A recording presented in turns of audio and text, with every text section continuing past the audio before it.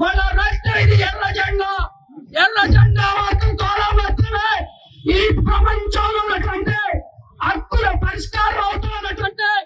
అభిప్రాయాన్ని వాళ్ళ ప్రపంచ ప్రజలందరికీ వాళ్ళ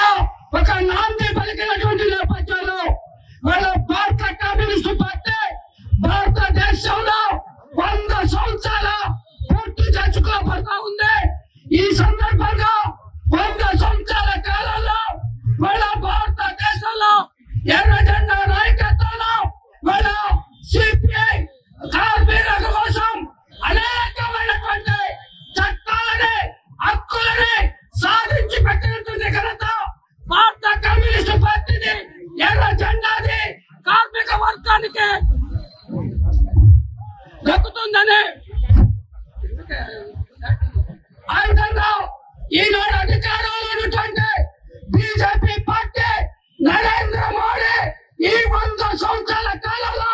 భారతదేశ కార్మిక వర్గం సాధించుకున్నటువంటి హక్కులన్నిటినీ కాలరాసే కార్పొరేట్ శక్తులకి